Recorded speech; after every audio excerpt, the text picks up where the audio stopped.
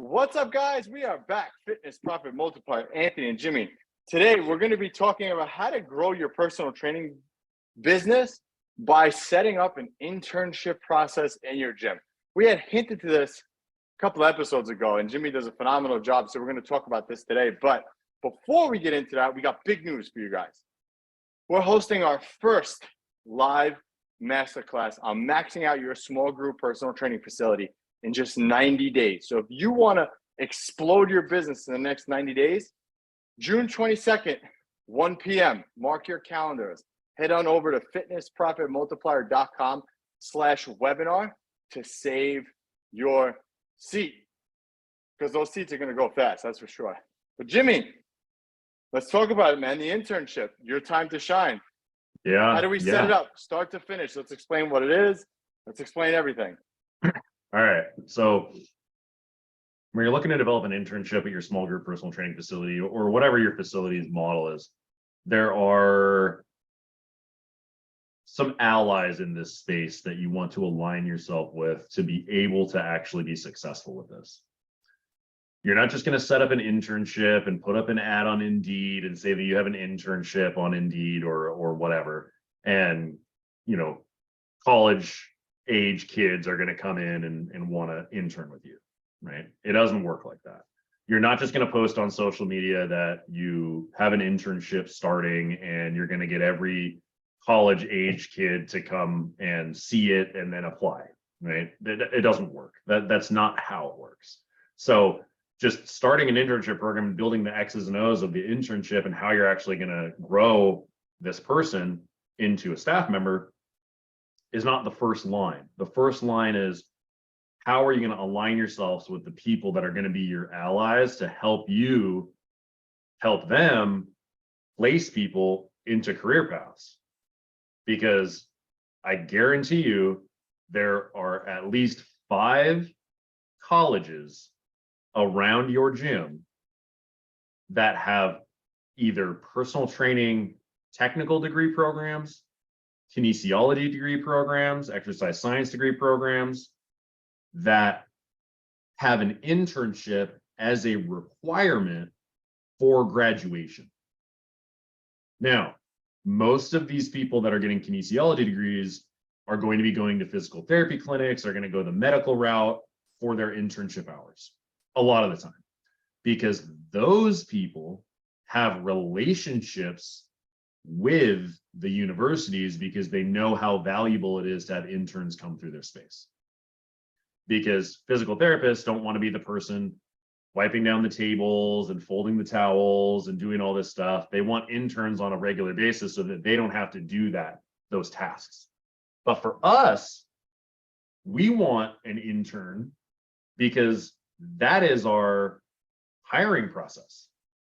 The easiest way to hire the best employees is to have internship first and then dovetail them into employment, because you already know them, you've trained them through your system, they're green when they come out of the university, right? And you can take them through your system and get them adapted to your system. So how do we start these relationships?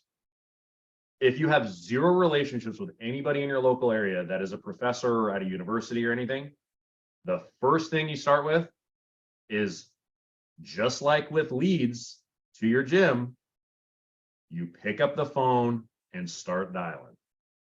It's that simple. You list out every head of the kinesiology department or head of the biology department or whatever at every university that's within 20 miles of your facility. Even more than that. We contacted universities that were 85 miles away from us, right? Because some universities are across the state, but those people, their parents may live in the city that you're in, or the internship may be good enough that they're attracted to your facility. So we've had universities that are an hour and a half away, 5 hours away. We even had an intern that came to us from across the country. But you pick up the phone and you start dialing these advisors at these universities to let them know that you're interested in fulfilling internship requirements for their students. And you want to be put on a list of potential internship opportunities for students that are interested in the strength conditioning field, the personal training field. Okay. You also let them know that your internship is the main way that you acquire employees. Because if a college can place somebody in a career path after they're done with their degree, that program is more valuable because that's the whole goal. So you dial them. You don't reach them on the dial, you email them. You don't reach them on the email the first week, you email them again the next week. You call them again, right? You reach out until you get a hold of somebody. It's buy or die, okay? So that's if you have no connections. Some of you have connections. Some of your staff has connections locally. What do those connections look like to advisors, professors, and people that are in those programs in local universities? Talk to them about it and see if you can't set up some sort of in-service lecture that takes some time off the professor's plate and allows the students to see what it looks like to really be in the career of personal training. So you will go in and present about the career path, about how it looks, the X's and O's of what you do, answer the questions of those students, and give them out your information so that they know that you're there. Okay. We present 3 times a year at local universities. My manager actually does it now, but because of the connections that we have. So that's another great way to get connections in, not only because you're giving your information out to the students, but because you're developing a relationship with the professor. That's the biggest thing. You're developing a relationship with the professor, so they're more likely to send you people. Okay? Because that's where you're going to get it from. You're not going to get students to come to you directly. You're going to get a professor to send you people that are going to be quality, okay? Because they have a relationship. So that's how you get the people in. Now, what do things look like from a perspective of the certain students that qualify for the internship, students that are going to be a good fit? Okay. So what that looks like is you have them write some general programs after case studies that you build. So you build a case study of 2 different types of clients that you serve. They build a 4-week training block for that individual with specific limitations on each case study, and you see how their knowledge is. On top of that, they're going to record some videos showing demos of movement patterns. Now, this is not to evaluate them against each other. This is to see if they can follow directions. That's all it is, to see if they can follow directions. And so you know where their starting point is going to be so that you can teach them properly.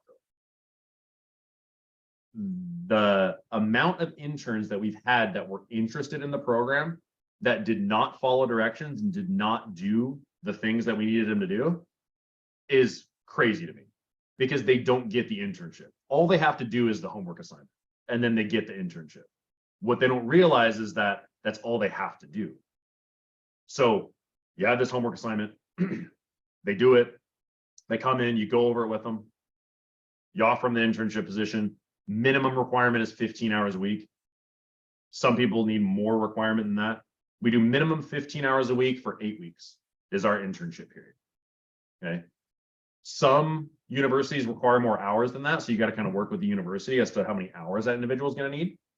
But by the time somebody's been in your facility for a minimum of 15 hours a week for 8 weeks, shadowing, all that kind of stuff, they know your system backwards and forwards. So you can tell if they're going to be a good employee or not at that moment.